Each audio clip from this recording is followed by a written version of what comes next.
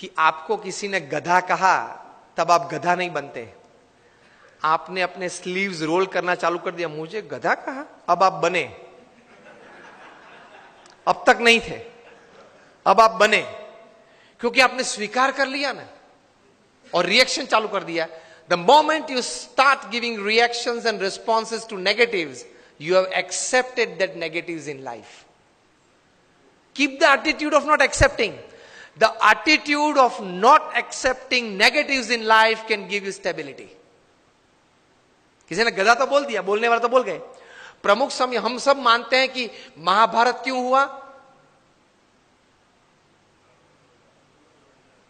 महाभारत क्यों हुआ? उसका मेन रीजन क्या है? मूलभूत कारण द्रौपदी जी ने क्या बोला?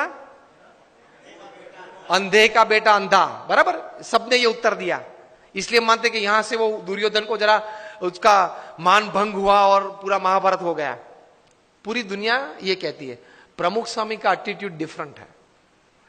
प्रमुख स्वामी कहते थे अगर द्रौपदी नहीं बोली होती तो कोई और बोला होता, लेकिन दुर्योधन में ये समझ नहीं थी कि बोलने वाले तो बोलते हैं, मैं कहां अंधा हूं, मैं तो देखता हूं, चाहे वो बोले। ये एटीट्यूड नहीं था ना दुर्योधन का, इसलिए महाभारत हुआ। द्रौपदी जी का कोई कसूर नहीं था। अगर द्रौपदी नहीं बोली होती कोई और बोला होता तो दूसरी बार क्या महाभारत करता वो? Always take care of your defense systems. Attacks तो चालू रहेंगे। तो एटीट्यूड्स में इस प्रकार की बातें हैं, काम में, संबंधों में। और तीसरे प्रकार के एटीट्यूड्स काम में परिस्थितियों के।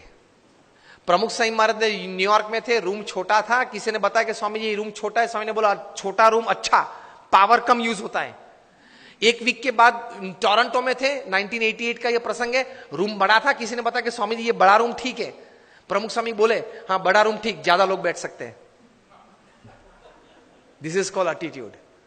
With the right kind of attitude you are comfortable in all types of situations.